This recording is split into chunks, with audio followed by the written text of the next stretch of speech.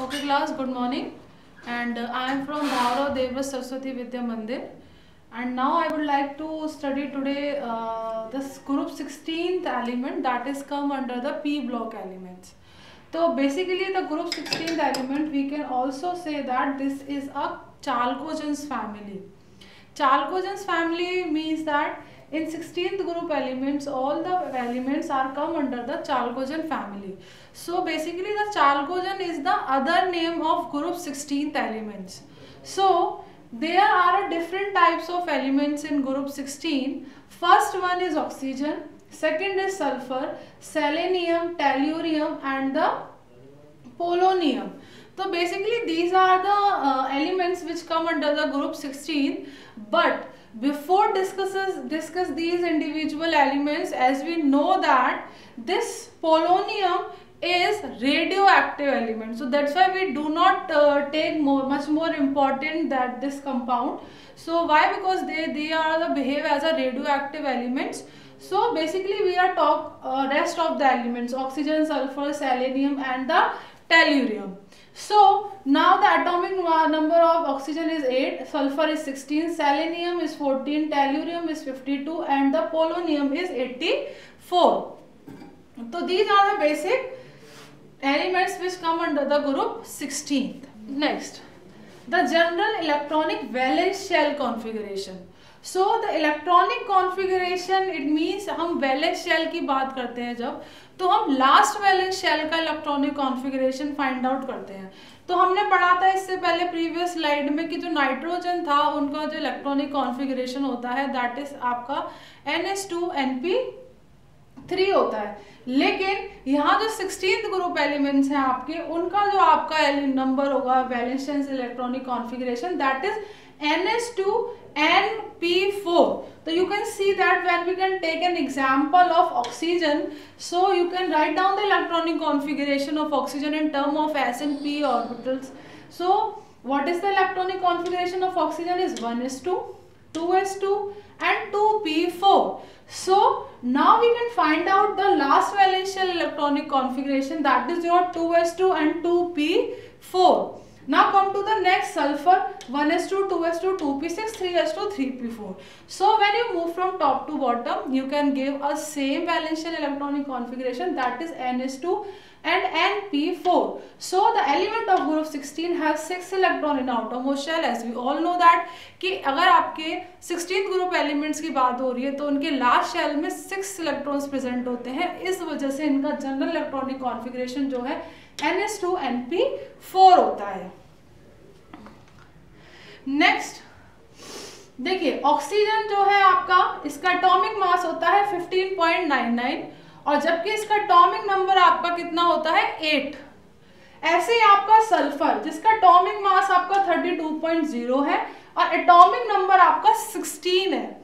And selenium atomic mass is 78.9 and atomic number is 34. And for the tellurium atomic mass is 127 and atomic number is 52. तो ये सब आपको याद होने चाहिए, atomic mass and atomic number as well.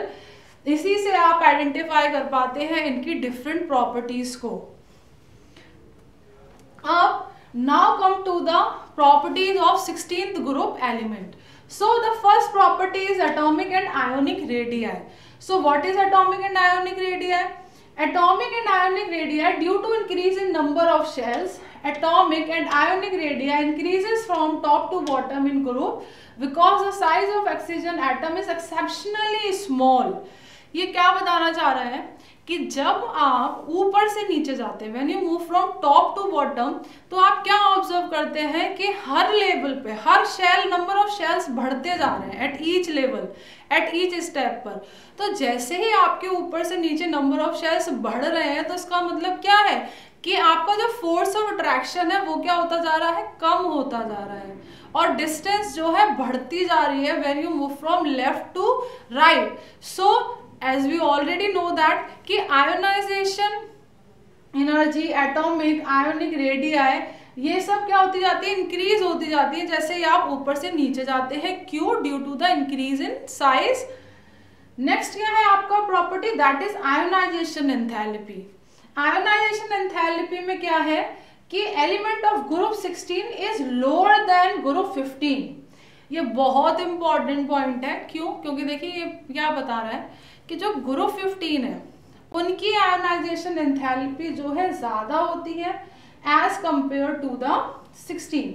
Ionisation enthalpy of elements of group 16 is lower than group 15। क्यों? क्योंकि हमने इनका इलेक्ट्रॉनिक कॉन्फ़िगरेशन जब पढ़ा था तो इलेक्ट्रॉनिक कॉन्फ़िगरेशन आपका क्या था, NH2NP3, और यहाँ पर आपका इलेक्ट्रॉनिक कॉन्फ़िगरेशन क्या है, NH2NP4। इसका मतलब क्या है कि इन प्रीवियस ग्रुप में जो आपका p ऑर्बिटल था वो क्या था, आपका हाफ फिल्ड था, right.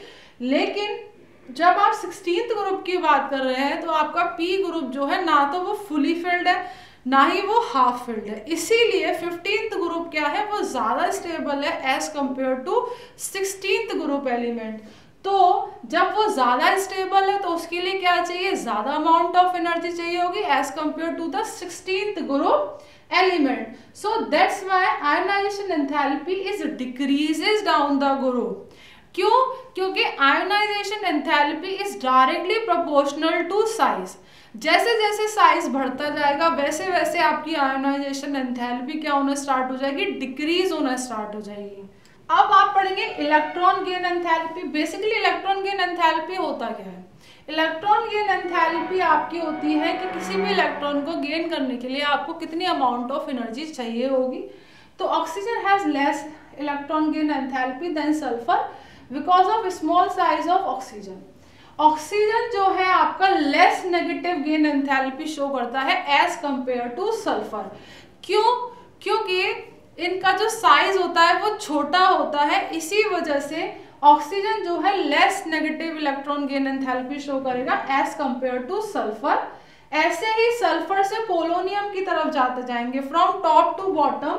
So you can observe that कि electron gain enthalpy becomes less negative to polonium because of increase in atomic size. जैसे जैसे आप ऊपर से नीचे जाते जाते हैं तो एटॉमिक साइज बढ़ता है, ठीक है। सेकंड रीजन क्या है, आपका मेटेलिक कैरेक्टर बढ़ता जाएगा। इस वजह से आपका जो इलेक्ट्रॉन गेन एंथैल्पी है वो भी क्या होना स्टार्ट हो जाएगी, decreases when you move from top to bottom. Next है इलेक्ट्रॉन नेगेटिविटी। इलेक्ट्रॉन नेगेटिविटी में हमें पता है fluorine oxygen has the highest electronegativity value among the elements. ये हमें पता है the most highly electronegative elements are fluorine oxygen as well as nitrogen.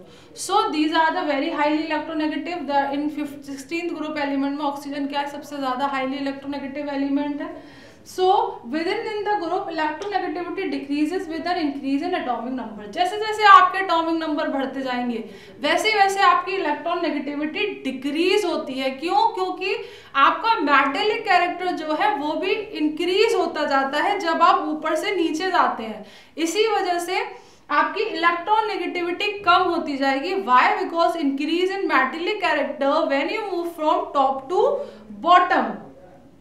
So this implies that metallic character increases from oxygen to polonium. As I already said that, मैंने भी आपको यही बताया कि metallic character increase होता जाता है जैसे ही आप ऊपर से नीचे जाते हैं। तो that's why electronegativity start decreases due to increase in metallic character.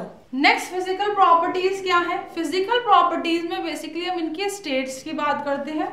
जैसे कि हमें पता है ऑक्सीजन और सल्फर आपके नॉन मेटल्स है। किस स्टेट में होते हैं ऑक्सीजन सल्फर? नॉन मेटल्स में। सेलेनियम टेल्यूरियम्स क्या है आपके? मेटलॉइड्स, मतलब कि जो नॉन मेटल्स की तरफ भी बिहेव करते हैं और मेटल्स की तरफ भी बिहेव करते हैं, that's why they are non metals. और where as polonium is a metal. Polonium क्या है आपका? मेटल है। All the element exhibit allotropy. सारे एलिमेंट्स में प्रॉपर्टी है कि वो एलोट्रॉप्स फॉर्म में एग्जिस्ट करते हैं, ठीक है। Melting point and boiling point increases with an increase in atomic number down the group. जैसे जैसे आप ऊपर से नीचे जाएंगे तो आपका melting point as well as boiling point start increases. क्यों? क्योंकि जब आप ऊपर से नीचे जाते हैं तो आपका van der Waals force of attraction start increases. तो आपका जब वंडरवॉल फोर्स बढ़ता जा रहा है तो वो क्या करेगा, अपनी तरफ इलेक्ट्रॉन्स को खींचेगा। तो खींचेगा तो क्या होता जाएगा, उसकी डिस्टेंस कम होती जाएगी। तो जब डिस्टेंस कम हो रही है, अट्रैक्शन बढ़ रहा है, तो क्या चाहिए आपको, हाई अमाउंट में आपको मेल्टिंग पॉइंट और बॉइलिंग पॉइंट चाहिए होगा इलेक्ट्रॉन्स को रिमूव करने के लिए। So that is the reason, that's why melting point and boiling point increases when you move from top to bottom. And the last difference in melting and boiling point of oxygen diatomic and sulfur polyatomic is due to difference in atomicity. सबसे ज्यादा difference जो होता है melting और boiling point में, वो आपका oxygen और सल्फर में होता है ड्यू टू एटोमिसिटी फैक्टर। ये आप सबको याद होना चाहिए, इसे अंडरलाइन भी कर सकते हैं आप। एटोमिसिटी और आपका किस में डिफरेंस होता है, ऑक्सीजन, क्यों, क्योंकि ये डायटोमिक इन नेचर है, सल्फर क्या है आपका पॉलीएटोमिक इन नेचर। फिर क्या है आपकी केमिकल प्रॉपर्टीज। तो केमिकल प्रॉपर्टीज में क्या है, oxidation states and trends in chemical reactivity. So basically oxygen जो है आपको क्या दिखा रहा है कि दे show -2 +2 +4 and +6 oxidation states. Oxygen does not show +6 oxidation state due to absence of d orbital. 16th group में आपको इस तरह की ऑक्सीडेशन स्टेट्स मिल सकती है, -2 +2 +4 +6, बट ऑक्सीजन जो है आपको +6 ऑक्सीडेशन स्टेट नहीं दिखाएगा। Why? Because due to absence of D orbital, D orbitals की वजह से। So polonium does not show plus oxidation state due to inert pair effect. Inert pair effect की वजह से आपको polonium is also not show plus oxidation state. So basically these are two exceptions in 16th group elements. As we all remember that the first exception is oxygen, they do not show +6 oxidation state, as well as polonium is also does not show +6 oxidation state. So we remember in your mind these two elements, oxygen and the polonium, are the very important in 16th group.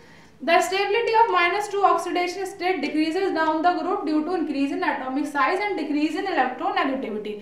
जैसे जैसे आप ऊपर से नीचे जाते जाते हैं तो -2 से आपकी ऑक्सीडेशन स्टेट्स चेंज होना शुरू हो जाएगी। क्यों? क्योंकि आपका एटॉमिक साइज बढ़ रहा है और उसके साथ साथ आपकी जो इलेक्ट्रॉन नेगेटिविटी है स्टार्ट्स डिक्रीजेस।